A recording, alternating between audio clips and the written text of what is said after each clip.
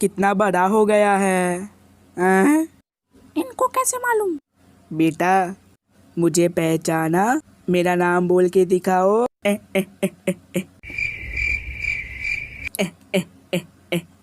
Mummy इनके पैर पड़ू? नहीं, तुम्हारे मामा है ना। अच्छा। अरे प्रणाम तो करो। अरे बेटा प्राणायाम नहीं, प्रणाम करो। प्रणाम प्रणाम मामा। कितना प्यारा बच्चा है। मादरचोद साला। क्या बोला? कुछ नहीं बेटा। हाँ तो हेलो दोस्तों, I am back with my new video. हाँ तो आज हम बात करने वाले फॉरेन का तो मालूम नहीं, पर इंडिया में स्पेशली इंडियन मॉम जिसके घर में आने से उसका स्वागत तो बहुत प्यार से किया जाता है, पर अंदर से साले मनहूस मुंह उठा के चले आते हैं। क्या बोला भाभी? रिश्तेदार। अब देखो, रिश्तेदारों की एंट्री दो टाइप में होती है, जैसे कि जो पहले फोन करके बता दे, भाभी जी कल हम लोग आपके घर में आने वाले। अच्छा अच्छा, बहुत अच्छा काम कर रहे हो, आ जाओ। नहीं, वो क्या है कि मेरी बीबी भी आने वाली है और मेरी 4 बच्चे भी आने वाले हैं। ये तो और अच्छी बात है।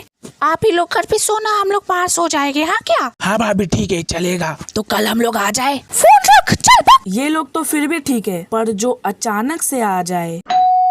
कौन है? अरे मैं हूँ, आपके पति के पापा के दोस्त का बेटा। क्या काम है आपको? नहीं, वो सोचा कि बाजू से जा रहा था तो आपसे मिलते चलूं, हाल चाल पूछ लूं। हमारे घर में सब ठीक है। हो गया आपका? भाभी थोड़ा चाय के लिए पूछोगी नहीं क्या? नहीं आज नहीं, आज मेरे घर में दूध नहीं है। अगली बार आएंगे तो चाय के साथ पार्ले जी भी दे दूंगी। अच्छा। देखो अब रिश्तेदार बहुत प्रकार के होते हैं, जैसे कि मामा मामी, दादा दादी, नाना नानी, चाचा चाची, एवरीबॉडी।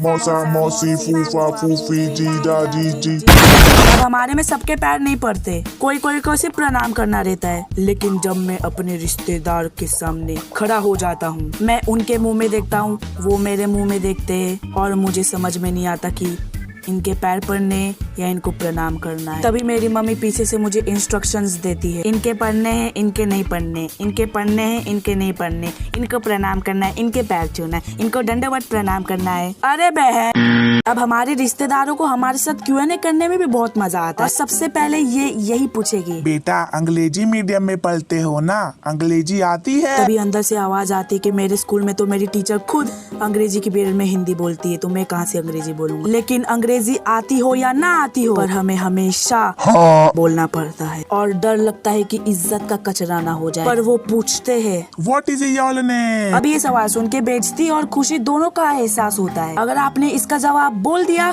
तब भी आपकी बेइज्जती है, और नहीं बोला तब भी आपकी बेइज्जती है। What is your name? My name is Aman Mishra. Very good. What is your father name? My father name is. What is your mother name? My mother name is. What is my name? साला कुछ नहीं आता, अंग्रेजी medium में पढ़ने का क्या फायदा इसका? अबे तेरी।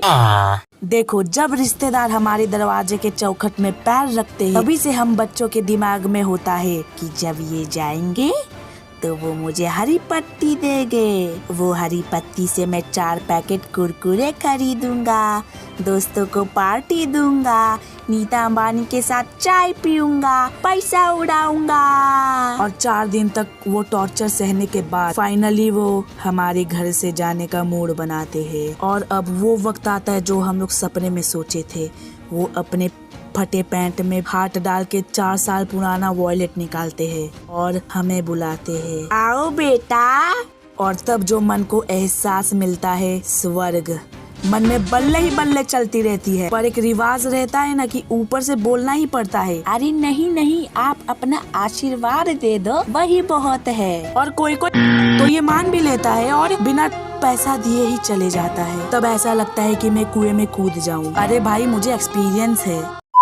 पर जब कोई जुल्मी वो बात का विरोध करके हमें पैसे जबरदस्ती थमा देते। पर तब मैं उनके पैर नहीं पड़ता, मैं लेट के उनका दंडवत प्रणाम करता हूँ। पर असली जुमानजी चालू होता है रिश्तेदार जाने के बाद, जब हमारे पेरेंट्स आके हमसे बोलते हैं, तू क्या करेगा इसका, मुझे दे दे पैसा।